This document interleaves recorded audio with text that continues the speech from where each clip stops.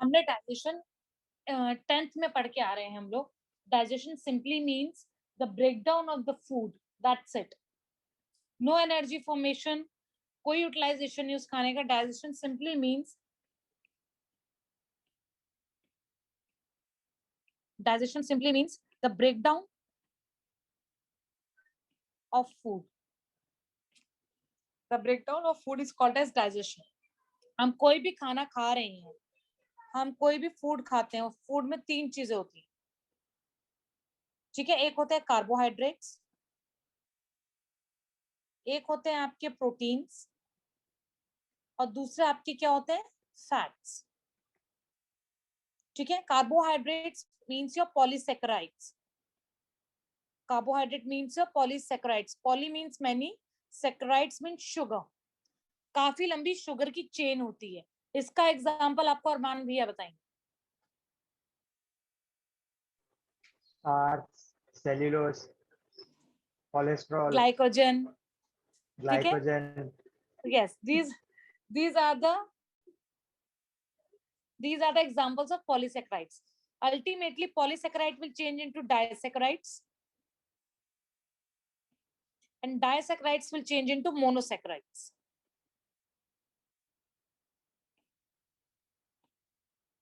Similarly, protein जो चीज होती है, protein is made up of amino acids. Proteins are made up of amino acids. ठीक है, तो प्रोटीन अपने अमाइनो एसिड्स में टूटे. दो प्रोटीन जब बनता है तो कौन सी फॉर्मेशन होती है, विच bond? Peptide bond. Peptide bond. हाँ, सुन लिया. ठीक है, सो दो अमीनो एसिड्स जब जुड़ेंगे तब बीच में एक पेप्टाइड बॉन्ड बनता है. ठीक है, so this is your peptide bond, again your peptide bond, again your peptide bond. Okay, ये सारे जो मैं स्पेसिफिकली बच्चों को मेंशन कर रही हूँ कि वो नीट के लिए हैं, तुम लोगों को अच्छे से बीच में एक्सप्लेन हो जाएंगे. निप्रा, पेप्टाइड बॉन्ड में क्या चीज रिलीज होती है? मैम क्वेश्चन समझ नहीं आया. पेप्टाइड बॉन्ड जब बनता है कैसे बनेगा? Release of what? Sonal, Anshul, पता है मुझे, तुझे मैंने पढ़ाया. H2O. H2O रिमूव हो जाएगा. H2O रिमूव होता है.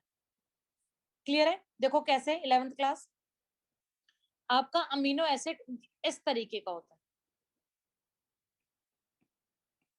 This is your one amino acid. ठीक है, इसके बराबर में एक दूसरा अमीनो एसिड यहां लगा होता है. This is your structure of amino acid जो आप बायोमोलिक्यूल्स में पढ़ोगे. ठीक है, it is the structure of amino acid.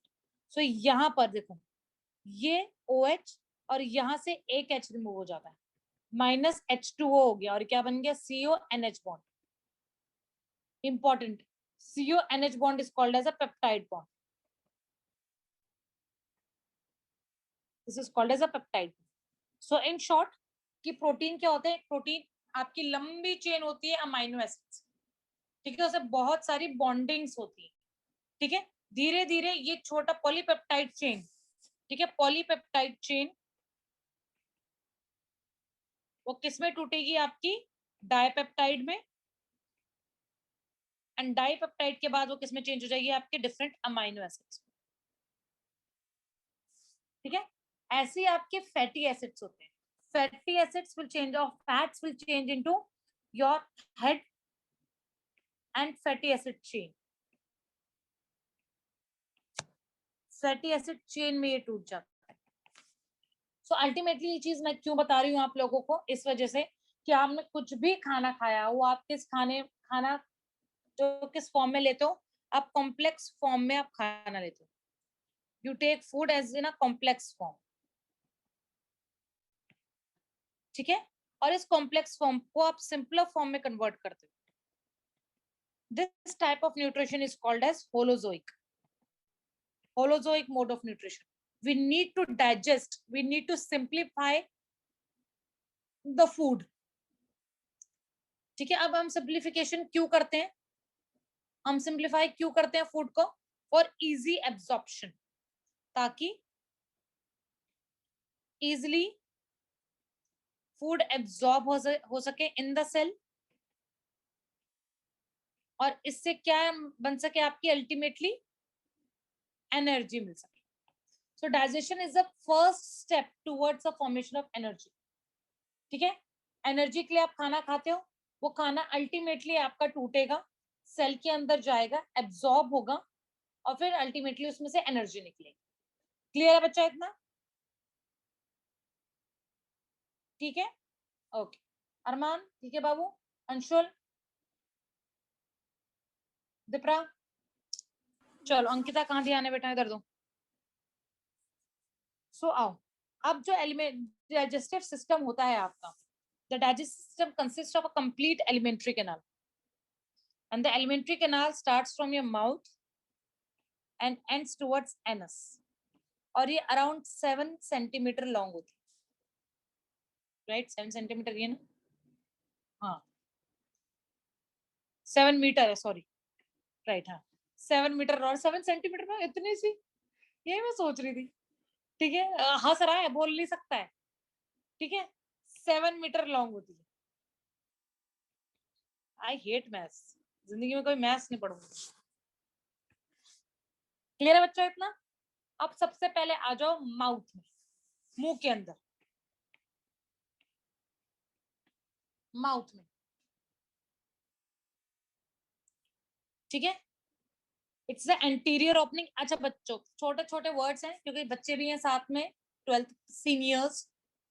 ठीक है, तो छोटे छोटे बच्चों पे मुझे एम्फसाइज करना पड़ेगा.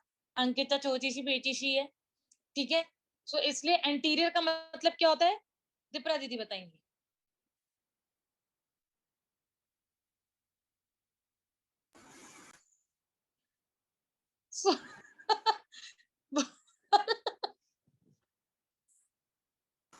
मैम एंटीरियर मतलब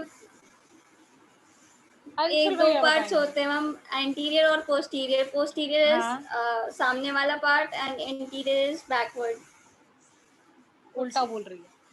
एंटीरियर मतलब आगे वाला पार्ट, पोस्टीरियर मतलब पीछे वाला पार्ट. एंटीरियर आगे, आगे वाला पार्ट, फ्रंट, आगे वाला पार्ट, आगे वाला पार्ट. क्लियर है? So the anterior opening is your mouth. ठीक है, एंड द पोस्टीरियर ओपनिंग, पीछे की साइड में कौन सी ओपनिंग है आपकी? एनस, जिससे आपका undigested food will come out. Mouth से हम स्टार्ट कर रहे हैं. So mouth leads to buccal cavity, mouth leads to buccal cavity और ओरल कैविटी. हलक जिसको बोलते हैं ना, हलक में डालो, गोलियां खा रहे हो, हलक में डालो, नीचे चली जाएंगी. तो दिस हलक is a buccal cavity. So let's start with digestion, digestive glands. अच्छा, what do you mean by glands बच्चों? Anyone? What do you mean by glands? Okay, there are organs in your body. ठीक है, यही इनमें से कुछ organs क्या होते हैं? They are specific for a specialized to, or they are specialized to secretion. वो secrete करते हैं. ठीक है, तो such organs जो secretion का काम करेंगे, कुछ ना कुछ secrete करते हैं, and mainly there will be a hormone secretions. Hormones और एंजाइम सिक्रीट करते हैं. क्या सिक्रीट करेंगे? हॉर्मोन्स के एंजाइम सिक्रीट करेंगे. Such organs are called as glands. अब ये जो ग्लैंड्स होते हैं, दे आर टारगेट स्पेसिफिक. ये टारगेट स्पेसिफिक होते हैं. इनकी जो सिक्रीशंस होती हैं वो एक पर्टिकुलर ऑर्गन के ऊपर या पर्टिकुलर सेल के ऊपर जाएंगे, तभी अपना फंक्शन, एक पर्टिकुलर फंक्शन परफॉर्म कर सकते हैं. दैट सिंपली मीन्स अगर ग्लैंड जी है, वो ए सिक्रीट कर रहा है टुवर्ड्स टारगेट 1, टारगेट 1 मतलब कोई सेल है, सो फंक्शन 1 परफॉर्म करेगा. लेकिन अगर ये ए सेम सिक्रीशन टारगेट 2 पे लेके जा रहे हैं, किसी और टारगेट पे, सो ये दूसरा फंक्शन परफॉर्म करेगा. ठीक है, सो दैट टारगेट स्पेसिफिक, जिस भी टारगेट पे जाएगा वो काम करेगा. क्लियर है बच्चों? अल्टीमेटली ये जो सिक्रीशंस हैं, वो आपके टारगेट ग्लैंड्स पे कैसे पहुंचेंगी। तो दो तरीका है इनका पहुंचने का। पहला तरीका है डक्ट के थ्रू, दैट मीन्स पाइप के through. Such glands that secrete the secretions in a duct are called exocrine glands। और जिनके पास डक्ट नहीं होती वो डायरेक्टली अपना कहाँ डालेंगे, ब्लड में डालेंगे। वो कहाँ डालते हैं, अपना ब्लड में डालते हैं। Such are called as ductless glands और they are called as endocrine glands or they are called as endocrine glands।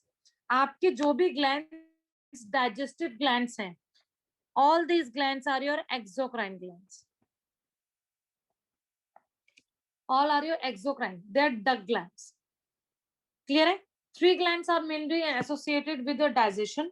first are pancreatic juices or pancreatic glands, liver and pancreas। salivary glands, liver and pancreas, these are the three glands that are associated with digestion। ठीक है, ये अपनी अपनी secretion, जो भी इनकी secretions होंगी वो किस में हेल्प करेंगे, अल्टीमेटली फूड को ब्रेक करने में हेल्प करेंगे। क्लियर है इतना? ठीक है, आगे देखो। सबसे इंपॉर्टेंट हो गया सलाइवरी ग्लैंड के बारे में बात। ठीक है, सलाइवरी ग्लैंड कौन सा ग्लैंड होगा, जो सलाइवा में, जो आपके माउथ में प्रेजेंट होता है, सलाइवा सिक्रीट करता है, सॉरी इट सिक्रीट्स सलाइवा। ठीक है, वो सलाइवा सिक्रीट करेगा एंड वो 3 पेयर में प्रेजेंट होता है। सबसे इंपॉर्टेंट 3 पेयर में प्रेजेंट होगा। ठीक है, फर्स्ट आपके चीक्स पे, दूसरा आपका लोअर जॉ में, और एक होता है बिलो टंग। टंग के लिए lingual, maxillary and submandibular, these are your tongue, sorry jaw का एरिया होता है। जॉ के एरिया में maxillary and mandibular, maxillary and mandibular. Tongue के नीचे हो गया सबलिंगुअल, और एक हो गया आपके चीक्स में। क्लियर? ये अल्टीमेटली क्या सिक्रीट करता है, they secrete your saliva, they secrete your saliva which will be containing salivary amylase, that would be containing salivary amylase। and amylase word जहां भी आ जाए, ये आपका किसके लिए होता है, कार्बोहाइड्रेट्स के लिए होता है। ओके, टोटल कितने ग्लैंड्स होंगे, 6 ग्लैंड्स होंगे। सलाइवरी ग्लैंड्स में टोटल कितने ग्लैंड्स है, 6 ग्लैंड्स है, और you can call them as 3 pairs. Clear है बच्चों? ये पहला ग्लैंड। नेक्स्ट आ गया liver. Liver is the largest gland of a body. Weight, इसका जो वेट होता है around 1.2 to 1.5 kg in adult human।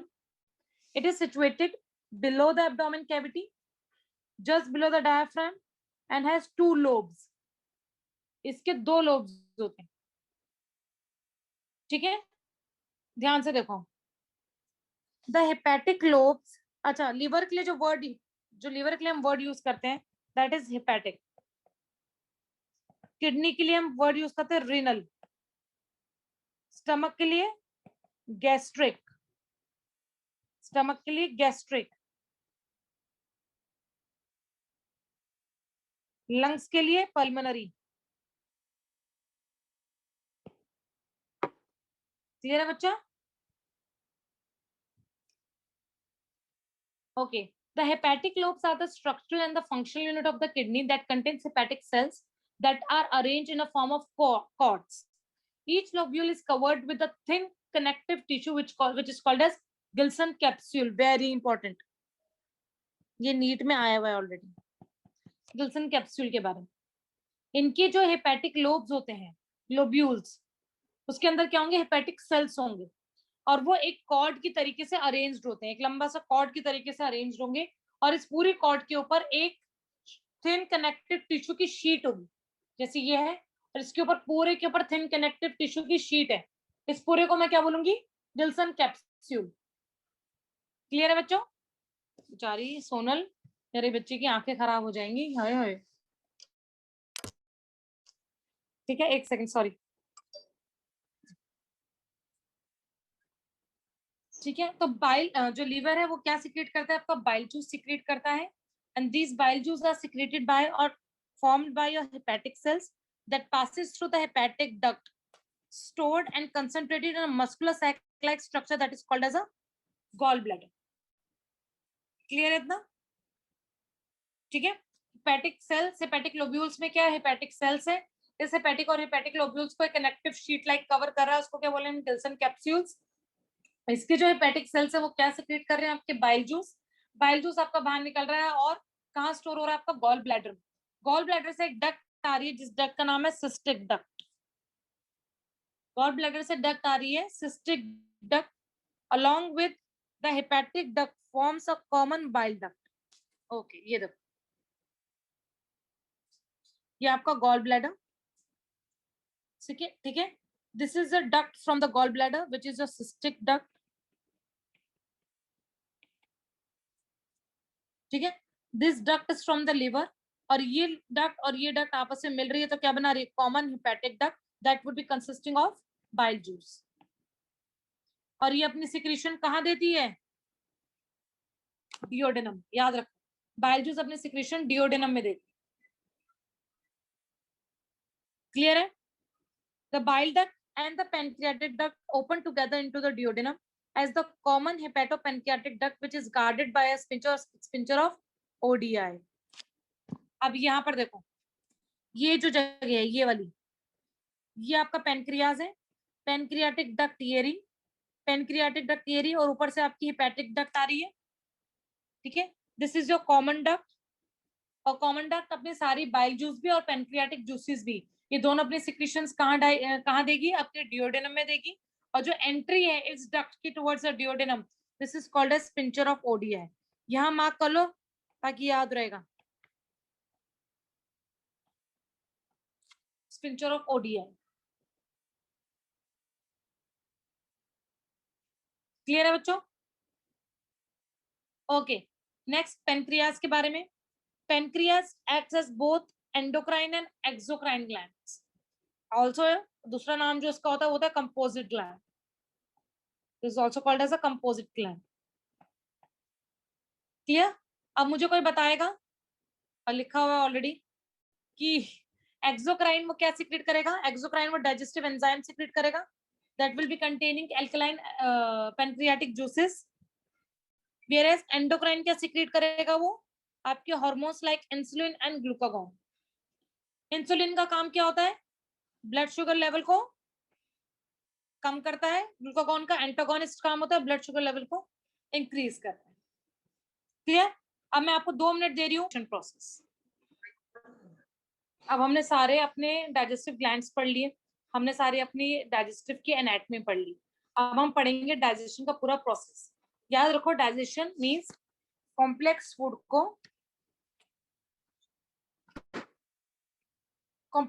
को सिंपल फॉर्म में कन्वर्ट करना. Digestion simply means complex food को सिंपल फॉर्म में कन्वर्ट करना. This is called as digestion. Digestion is accomplished by 2 main important pathways. ये मैकेनिकल भी होता है और केमिकल प्रोसेस भी. याद रखना, it's not only just a chemical process, it is also a mechanical process. ठीक है? Digestion starts in the mouth. Mouth में ही डाइजेशन स्टार्ट हो जाती है, in your buccal cavity. So buccal cavity में 2 इंपॉर्टेंट फंक्शंस होते हैं. एक mastication of food and facilitation of swelling. Important. यहाँ पर आपका प्रॉपर आपका च्यूइंग होता है. ठीक है? और दूसरी चीज प्रॉपर आपकी मिक्सिंग होती है फूड की. ठीक है? The teeth and the tongue with the help of saliva masticate and mix the food thoroughly. सबसे इंपॉर्टेंट यहाँ पर क्या होगा? टंग क्या करेगी? हेल्प करेगी mixing of food with saliva. खाने को जितनी देर च्यू करोगे उतना ज्यादा अच्छा होगा. सोचो तुम खाने को एकदम से स्वॉलो कर लेते हो, ठीक है, उसको टाइम ही नहीं देते आप लोग कि उसके अंदर सलाइवा मिक्स हो जाए, सिलाइवरी अमाइलेज जाए, तो जाके उसको डाइजेस्ट करे। यहाँ पर सलाइवा में क्या होता है, amylase, salivary amylase which will act on the carbohydrate part of your food, carbohydrate के पार्ट ऑफ द फूड पे ये अटैक करेगा जाके, ठीक है। आपके पॉलीसैकेराइड्स को, खाने में जो आप कार्बोहाइड्रेट में पॉलीसैकेराइड्स ले रहे हो, it will break down into disaccharides and oligosaccharides, disaccharides और ओलिगोसैकेराइड्स में चेंज होगा, चेन छोटी हो जाएगी। सो कार्बोहाइड्रेट की digestion starts with in your mouth, carbohydrate की डाइजेशन माउथ में स्टार्ट हो जाती है, क्लियर है, पहली चीज। दूसरी चीज, अब जो मुंह में आपका partially digested, partially carbohydrate digested जो फूड बन चुका है, that food is called as bolus, that food is called as bolus and it is swallowed. इसको गटकते हैं ना हम लोग, खाने को गटकना, this is called as glutition, this is called as deglutition, clear. Into the oesophagus, oesophagus में आपकी it is the only part. अच्छा, अगर मैं पूरी एलिमेंट्री कैनाल के आपके पार्ट्स लिखूं, तो सबसे पहले is your mouth, then oesophagus, mouth के बाद ईसोफेगस, ईसोफेगस के बाद स्टमक, स्टमक के बाद small intestine, large intestine and then anus. सब माउथ में आपके कार्बोहाइड्रेट की डाइजेशन हो जाती है, फिर यहाँ पर आपका क्या बनता है, बोलस, एंड दिस बोलस आपका कहाँ चला जाता है, ईसोफेगस में। And oesophagus is the only part of your complete alimentary canal where no digestion takes place. यहाँ पर कोई डाइजेशन नहीं होती है, यहाँ पर सिर्फ एक चीज होती है, contraction and relaxation, contraction and relaxation होती है, ताकि आपका खाना माउथ से कहाँ पहुंच सके, आपके स्टमक में चला जाए, clear. Now who is going to tell me the sphincter which guards the entry of this esophagus into the stomach? Ankita?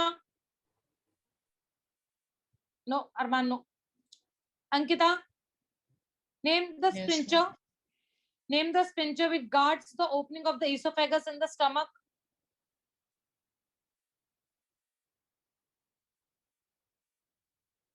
Saima, Aditri, 11th class, come on. Ma'am epiglottis, सुनाई नहीं दे रहा, दोबारा बोल बेटा। Ma'am epiglottis, No beta, epiglottis is the flap-like structure that protects the or prevents the food from entering into windpipe. I am asking कि ये जो esophagus है, यहाँ पर होगा आपका विंड पाइप के ऊपर होगा एपिग्लॉटिस, तो ये आपका माउथ है, माउथ से जब आपका खाना स्टमक में आएगा, तो यहाँ पर एक स्पिंचर बताया था मैंने, that will prevent the backflow of the food into the esophagus, and the name of that spincher is, दिपरा आपने ठीक लिखा है, लेकिन इसका एक और नाम है, कार्डियक स्पिंचर और गैस्ट्रो स्पिंचर, ठीक है, गैस्ट्रो इसोफेगल स्पिंचर, ठीक है। ये देखो अंकिता, क्या बात है मेरा बच्चा, ये देखो लिखवाया हुआ ऑलरेडी, कल लास्ट क्लास में ही लिखवाया था। देन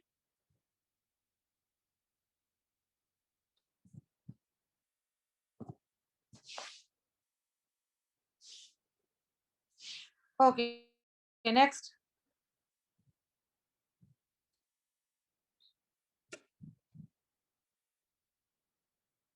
चलो। The bolus further passes down the esophagus by successive waves of muscular contraction called as peristaltic movement. ये contraction and relaxation की movement है।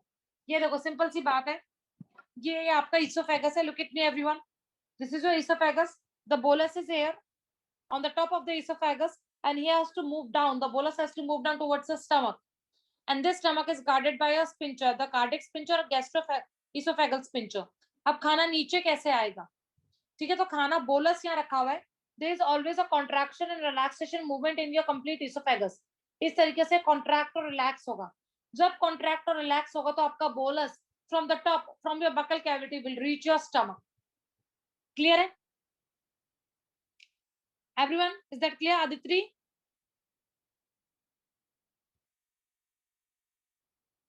Aditri?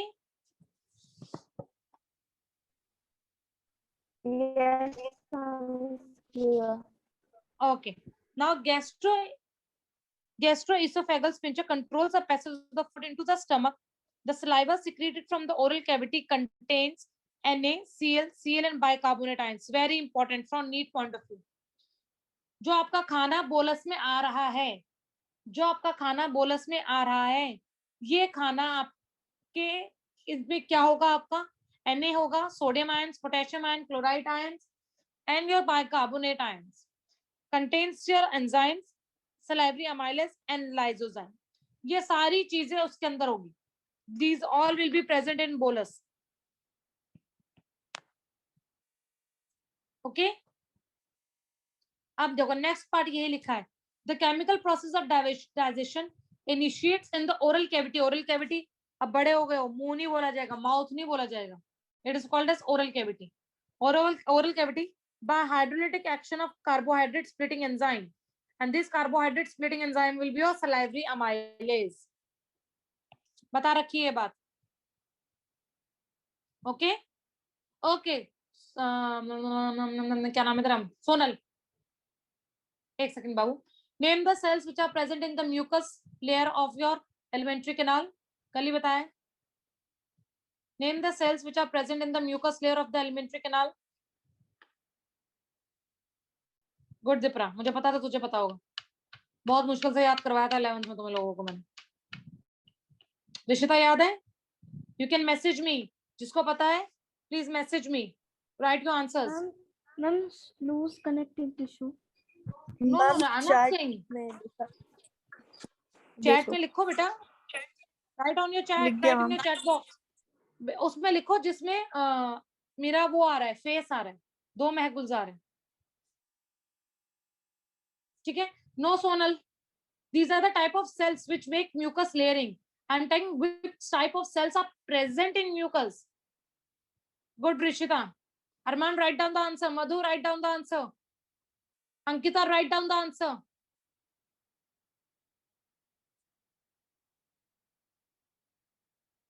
सोनल बताओ बेटा. म्यूकोसा लेयर में कौन से सेल्स होते हैं? अरमान, आई एम आस्किंग दिस. हाँ बोलो Sonal. Ma'am, goblet cells. Yes, goblet cells. Good, Madhu. Goblet cells. ठीक है, क्योंकि आगे हम पढ़ने वाले हैं इसलिए पहले पूछ रहे हैं मैं तुम लोगों से. About 30% of the starch is hydrolyzed here. Here मतलब in your oral cavity. Oral cavity में maximum आपकी hydrolyzation हो जाती है. By the enzyme, कौन सा enzyme? Salivary amylase. Okay? And they convert into a disaccharide. कौन सा disaccharide? Maltose. Maltose.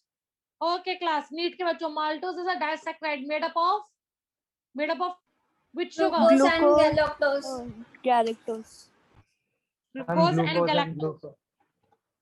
Yes, Arman is right. कैसे याद करवाया था? Glucose. महक. M for महक, और महक में सिर्फ और सिर्फ गुलजार है. The G for glucose, G for glucose. तो गुलजार. लैक्टोज बनता है ग्लूकोज और गैलेक्टोज से. माल्टोज आपका ग्लूकोज से बनता. याद उस टाइम भी करवाया था मैंने. M for महक, और महक सिर्फ और सिर्फ क्या है? गुलजार की. सिंपल सी बात. उसमें कोई और नहीं आ सकता, ना लैक्टोज, ना गैलेक्टोज, ना फ्रक्टोज, ना कुछ और. क्लियर है बच्चों?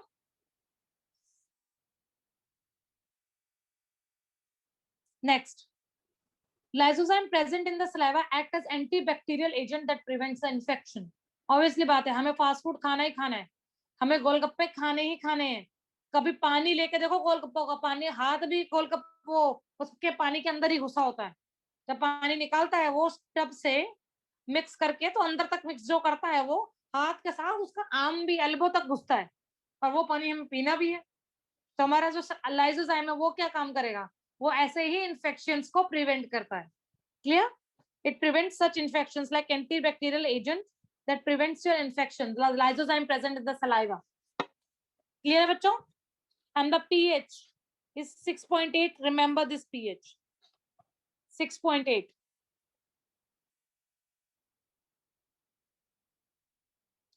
चलो नेक्स्ट, अब आपका माउथ हो गया खत्म, अब आपका इसोफेगस खत्म हो गया। अब आपकी चीजें कहाँ आ गई हैं? पेट में। थोथलो सा जो पेट है सबका, घर पे बैठे बैठे उस पेट में आ गई। अब पेट में 3 चीजें होती है, हम 10th में पढ़ते हुए आ रहे हैं, अभी इसका मत पढ़ो, ठीक है? 10th में हम पढ़ते हुए आ रहे हैं आदित्री, साइमा 3 चीजें होती है, HCl होता है, म्यूकस होता है, और एक चीज क्या होती है? पेप्सिनोजन होता है। याद है? ये 10th में पढ़ लिया हमने। Yes, ma'am. अब इसका थोड़ा सा बड़ा वर्जन पढ़ेंगे। अब म्यूकस कौन सिक्रीट करेगा? Mucus is secreted by mucus neck cells, and these cells are also called as goblet cells. goblet cells क्या सिक्रीट करेंगे? म्यूकस सिक्रीट करेंगे। पेप्सिनोजन कौन सिक्रीट करेगा? पी से pepsinogen, this will be secreted by peptic और chief cells. Peptic और chief cells. and HCl is secreted by oxytocin cell, oxytoxic and parietal cells.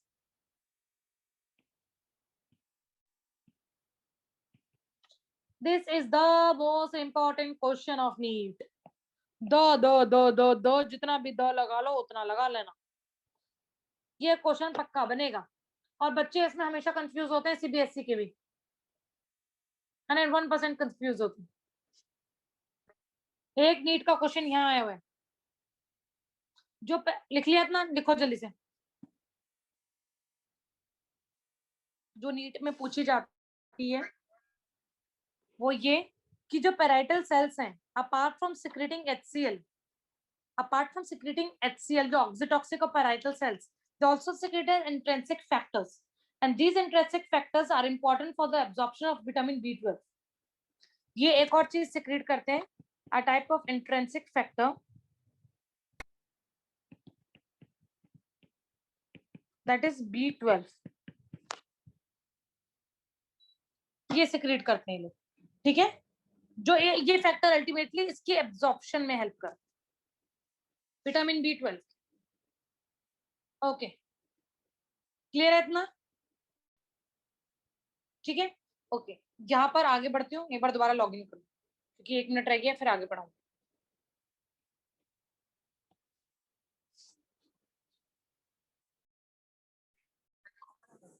तो till now हमने सारा डाइजेशन पढ़ लिया।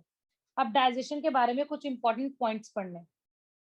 जो कंप्लीट एलिमेंट्री कैनाल है आपकी, ये complete alimentary canal works under neural and hormonal control. अब तुम लोग ये क्या सोचोगे, ये क्या चीज, दिमाग से थोड़ी है कुछ।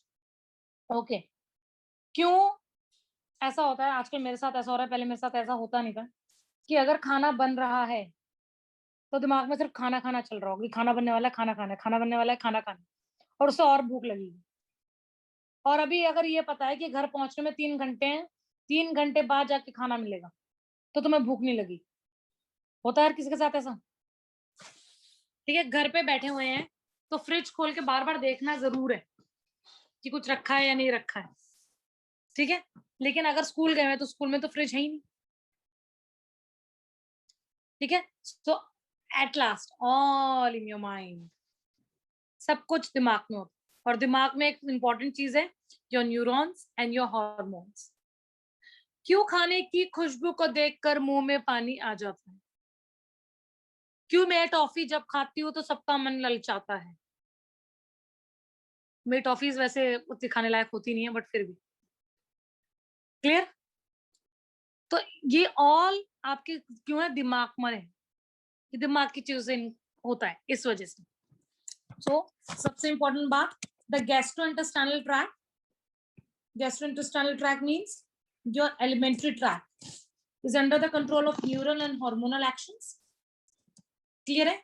द साइट, अरे यार वहां पर सामने भजिया तल रहे हैं तो भजिया खाने का मन करने लग गया, बड़ा पाव खाने का मन लग गया।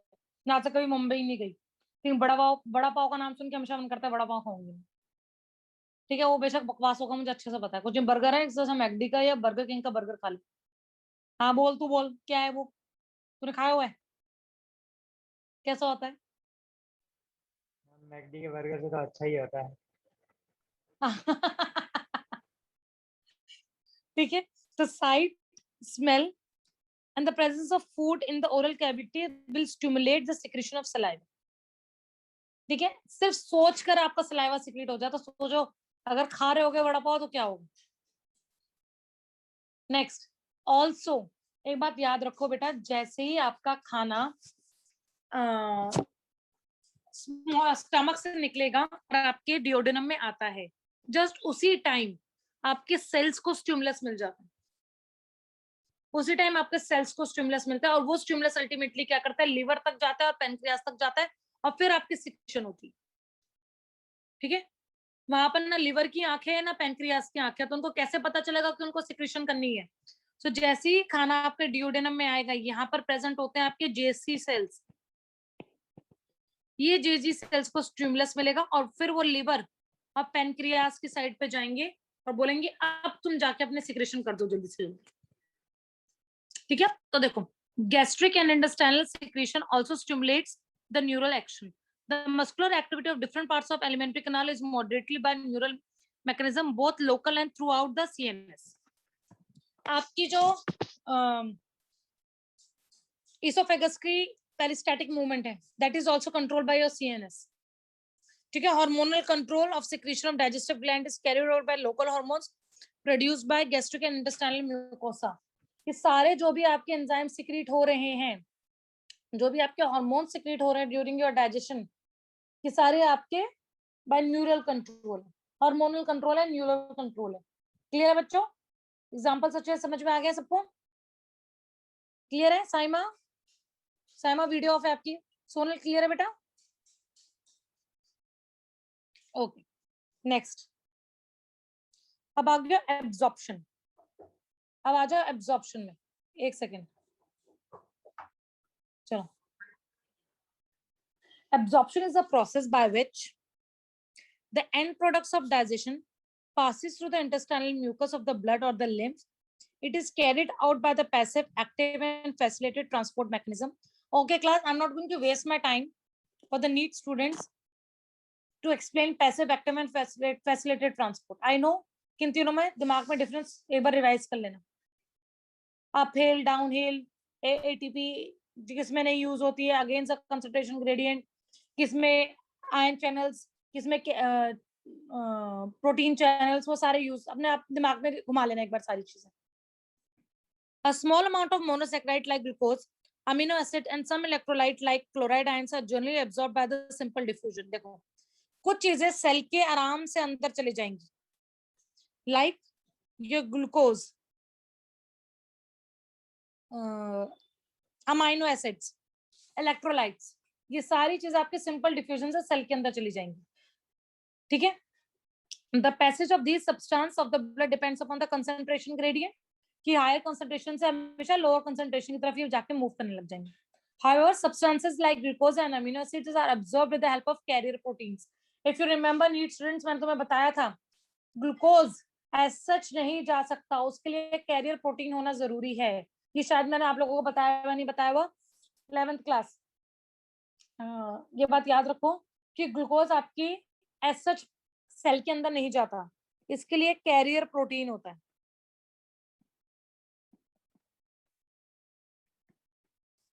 एक कैरियर प्रोटीन होता है, ठीक है, ये कैरियर प्रोटीन से ग्लूकोज अंदर जाता है। इसीलिए आपको जो कहते हैं ना कि ग्लूकोज चढ़ रहा है, एवी नोट से जो ग्लूकोज चढ़ रहा होता है, that is not glucose, that is glucose six phosphate. ये आराम से आपका सेल के अंदर चला जाता है, ये ग्लूकोज नहीं जा पाता। क्लियर है? The help of carrier proteins, ये देखो, the help of carrier proteins, this is called as facultative transport, जिसकी मदद से, अगर किसी की मदद से कोई चीज हो रही है, फैसिलिटेट करना, तो फैकल्टेटिव ट्रांसपोर्ट। क्लियर है बच्चों?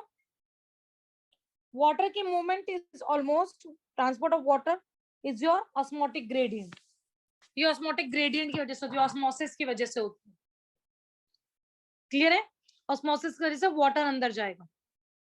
Next, fatty acids and glycerol being insoluble cannot absorb into the blood. They are first transported into the small droplet called micelles, which then move into the intestinal mucus. They are reformed into the small proteins coated fat globules called as chymomicrons. Very important.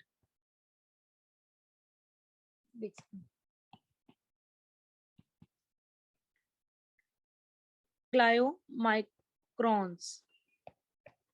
What are chylomicrons? बेटा जो lipids and fats हैं ये आपके blood में भी नहीं जा सकते, ये आपके सेल के अंदर भी नहीं घुस सकते. तो ये क्या करते हैं, सबसे पहली बात एक माइसील बनाएंगे. माइसील याद है किसी को? बचपन में पढ़ा था. इस तरीके से ऐसे छोटे छोटे स्ट्रक्चर्स बना लेते हैं. हाइड्रोफिलिक बाहर की साइड, हाइड्रोफोबिक अंदर की साइड. इस तरीके से ये अंदर वाला हाइड्रोफोबिक होता है, जैसे कपड़े धुलते हैं, कपड़े धुलने वाला फिनोमिना, ठीक है. और ये हाइड्रोफोबिक होता है, हाइड्रोफिलिक होता है.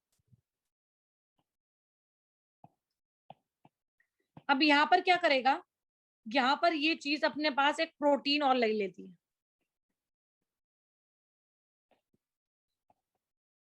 ये अपने पास एक स्मॉल प्रोटीन रख लेती है. And this structure is called as chylomicrons. और ये आराम से आपके ब्लड वेसल्स में, लिम्फ वेसल्स में ट्रांसपोर्ट कर पाते.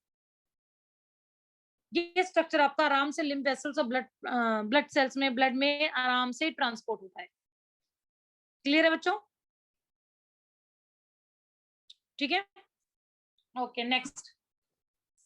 Absorption of substance takes place in different parts of the alimentary canal like mouth, stomach, small intestine, large intestine. However, the maximum absorption takes place in small intestine. Small intestine में maximum absorption होती है. ये देखो, अब ध्यान से एक चीज देख लो. मैंने देखो अल्कोहल बोला था, alcohol takes place in case of stomach. Stomach में अल्कोहल की एब्जॉर्प्शन होती है, लिखा है एनसीईआरटी में. ऐसी कोई चीज नहीं है जो बाहर नहीं होती. माउथ में certain drugs that will come in contact with the mouth. जैसे आप वो खाते हो तंबाकू वगैरह, तंबाकू में जो निकोटीन वगैरह वो कहाँ एब्जॉर्ब हो जाते हैं? तू नहीं खाता, इन लोग तो खाते हैं, ठीक है. तो ये कहाँ एब्जॉर्ब हो जाते हैं? आपके माउथ में एब्जॉर्ब हो जाएंगे. क्लियर है? टंग में एब्जॉर्ब हो जाते हैं, lower side of the tongue में. ज्यादा ड्रग्स आपके माउथ में एब्जॉर्ब होंगे. स्टमक में जनरली आपकी simple sugars and alcohols absorb होती है. जो एक्चुअली जो अल्कोहलिक होते हैं वो तो एक्सट्रीम केसेस में बहुत पतले होंगे, लेकिन जो अल्कोहलिक होते हैं उनका पेट हमेशा थोड़ा सा बाहर निकला हुआ होता है, थोड़े से दे आप plumpy type. Okay. Small intestine principal organ for absorption. ये सबसे ज्यादा इंपॉर्टेंट है. यहाँ ही सबसे ज्यादा आपकी एब्जॉर्प्शन हो रही है हर एक चीज की. लार्ज इंटेस्टाइन में सबसे ज्यादा एब्जॉर्प्शन होगी आपकी वाटर की. इंपॉर्टेंट.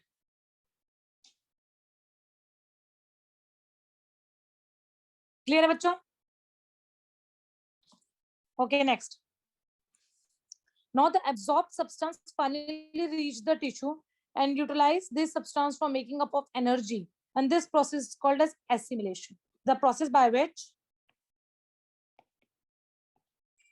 the process by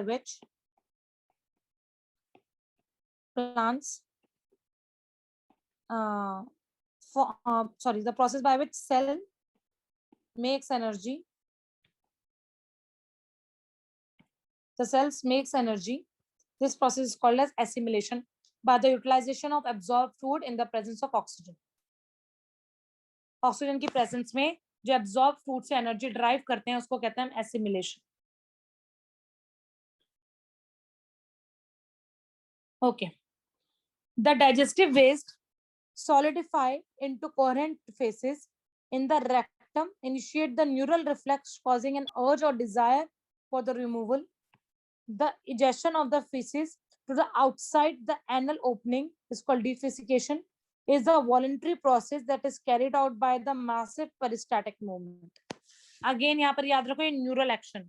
इसमें जो वर्ड आपको याद रखने हैं that will be a neural reflex. ठीक है? Anal opening. And ultimately it's a voluntary process that will be involving a peristaltic movement. Clear everyone? Armaan clear है? दिव्यांश क्लियर है सबको? Okay, next. What are the various disorders that are involved for digestion? सबसे पहले jaundice. Jaundice is when the liver is affected. The skin and the eyes turns yellow due to the deposition of the bile pigments.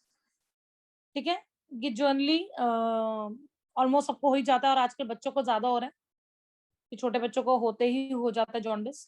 तो इस case में क्या हो रहा है, आपके बाइल पिगमेंट ज्यादा सिक्रीट होते हैं, लिवर इफेक्ट हो जाता है, आपकी स्किन और आपका जो आई है वो येलो कलर की हो जाती है because of the deposition of your pigments, bile pigments. Clear? Next, vomiting. It is the egestion of the stomach content through the mouth. Stomach में जो भी चीज गई है मुंह से बाहर निकलना, दैट इज वॉमिटिंग।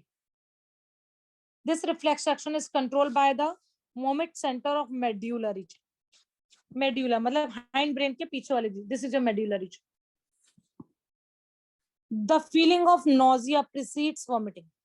वॉमिटिंग के बाद नोजिया टाइप होता है, मतलब डेजीनेस होती है, चक्कर वक्कर आते हैं, वी नीड टू रिलैक्स, इस तरीके से होता है। क्लियर? नेक्स्ट आ गया diarrhoea. Diarrhoea is the abnormal frequent bowel movement, important, very important. Increased liquidity in the fecal discharge known as diarrhea. It reduces the absorption of the food. ये ultimately आपको dehydration करता है। Faeces के साथ साथ आपका बहुत सारा वाटर कंटेंट बॉडी से रिमूव हो जाता है। अल्टीमेटली आपका फूड ठीक से एब्जॉर्ब नहीं होता, फूड का कोई भी पार्ट आपका ठीक से एब्जॉर्ब नहीं हो पाता है। इस केस में डिहाइड्रेशन हो जाता है।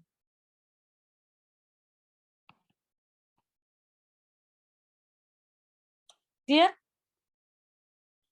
Next, constipation. Constipation is when the feces, large intestine में होता है ना। डायरिया बेटा लार्ज, सारे फीसेस आप वहीं होंगे ना,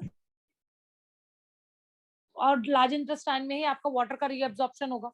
तो ये चीज वहां हो नहीं पाती, वाटर रीअब्सॉर्ब नहीं हो पाता, वाटर की एब्जॉर्प्शन नहीं हो पा रही है, और आपकी फीसेस के साथ बहुत सारा कंटेंट वाटर का आपका इजेक्ट आउट हो जाता है। Okay? Constipation is when the feces retain in the colon part of your large intestine, and just because of as the bowel movements are irregular. तुम बाउल्स मूवमेंट समझ रहे हो?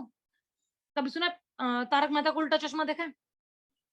सबने देखा होगा, ठीक है? दादाजी को जो होता है गुड़ गुड़ गुड़ गुड़ एकदम से, that is your bowel movement. ठीक है, अंकिता को अच्छे से समझ में आ गया कौन सा। क्लियर? और बेटा टीवी देख लिया कर, आर्यन, साइंस सारी टीवी में ही बेस्ड है। तो तारक मेहता का उल्टा चश्मा अगर तूने नहीं देखा तो चश्मा क्यों पहन रखा है तूने? Clear? Okay, now indigestion. In this condition the food is not properly digested, leading to the feeling of fullness. The cause of indigestion is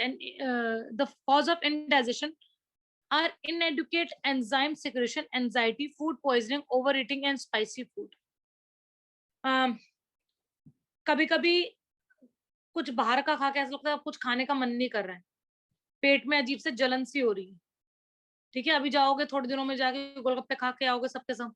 अभी तो नीट का एग्जाम है तो बाहर निकलने के लिए मना कर रखा है मम्मी ने, और बाकी सबके स्कूल के एग्जाम्स आने वाले हैं, ठीक है? तो इस वजह से कोई जाने नहीं देगा। लेकिन हाँ, जब बाहर निकलोगे तब गोलगप्पे खाने के बाद अजीब अजीब सा लगने लग जाता है पेट में, वैसी कम लाती है, ऊपर से आधी गिराती लाती है। लाइए भाई। ओहो,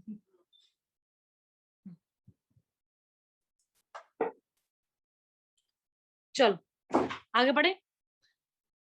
next, okay, this is the most important part, not important but हाँ पढ़ना जरूरी होता है इसके बारे में। क्वेश्चन बहुत लीस्ट आते हैं नीट में, अभी पिछले 4-5 सालों से नहीं आ रहे, बट एक बार क्या पता, इस साल सीबीएसई रमेश पोखरियाल साहब आपके एम्स में एडमिट है, बेचारे से कल बोला भी नहीं जा रहा था अंकल से, तो क्या पता इस बार डाइजेशन के ऊपर दे दे कोई क्वेश्चन। सो आ जाओ। Next, PEM. PM is protein energy malnutrition. Actually क्या होता है, जब आपको प्रॉपर न्यूट्रिएंट, प्रॉपर फूड नहीं मिलता है, सो आपकी बॉडी में कहीं ना कहीं किसी ना किसी चीज की डेफिशिएंसीज हो जाती है, ठीक है। वो प्रॉपर डेफिशिएंसी आपकी WHO ने एक कैटेगरी में रखी है, that is protein energy malnutrition, ठीक है। Dietary deficiencies of proteins and total food calories are widespread in many underdeveloped countries like Southeast Asia, South America, Western and Central Africa. इन सारी चीजों में ये ज्यादातर मिलता है, वहां पर प्रॉपर खाना, प्रॉपर न्यूट्रिएंट फूड नहीं मिल रहा है लोगों को। बस दे बच्चा थोड़ी देर और, आई नो 2 घंटे हो गए, ठीक है। तो क्या नाम है, इन प्रॉपर खाना नहीं मिल रहा है जिसकी वजह से डेफिशिएंसी हो जाती है। क्लियर है बच्चा? This happens in Bangladesh during the liberation war and in Ethiopia during the severe droughts in mid-80s. जब कभी भी कोई क्लाइमेटिक कंडीशंस आ जाती हैं या फिर कोई दिक्कत हो जाती है, सो उस केस में ज्यादातर आपका ये आपका माल न्यूट्रिशन होता है। क्लियर है बच्चों? आगे 2 टाइप की डिजीज है, मारस कह रही, सॉरी भूल गई मैं, अटक गई मैं, 1 सेकंड। मारिस्पस एंड कोशवियार, ठीक है। ये 2 टाइप की डिजीज है आपके। Clear? Okay. Marasmus is produced by the stimulation of deficiency of proteins and calories. Proteins and calories की डेफिशिएंसी की वजह से होता है आपका। इन्फेंट्स में होता है which is less than 1 year of age, 1 साल से कम के बच्चों को होगा ये, ठीक है। If mother milk is replaced too earlier with other foods which are poor both in protein and calorific value, ठीक है, this generally takes place. इस केस में क्या होता है, if a mother having second pregnancy or the childbirth when the older is too young, generally तब होगा। जैसे कहते हैं अभी फिलहाल ये बोल दिया गया है गवर्नमेंट ने कि 1 से 2 मतलब if you are planning a second child there should be a gap of 3 years, which is medically to make a mother fit again to carry a child in her womb. Also a mother needs to feed the child at least for 1.5 years. Minimum they are 6 months. 6 months तो आपको अपना ही पिलाना होता है, that mother's feed should be there. And after that, if you are not feeding your mother, if the child is not feeded by the mother, then we should give him a proper diet. If you एक तो आपने दूध भी हटा दिया माँ का, which give the child a proper nutrient, ठीक है, और ऊपर से आप उसको प्रॉपर खाना भी नहीं दे रहे, तो उस केस में जनरली हो जाता, ठीक है। और ये मैक्सिमम कब होगा, जब सेकंड चाइल्ड हम जल्दी प्लान कर रहे हैं या सेकंड चाइल्ड जल्दी हो रहा है एक पर्टिकुलर कपल में, और फर्स्ट चाइल्ड को प्रॉपर न्यूट्रिएंट हम दे ही नहीं पा रहे, ठीक है।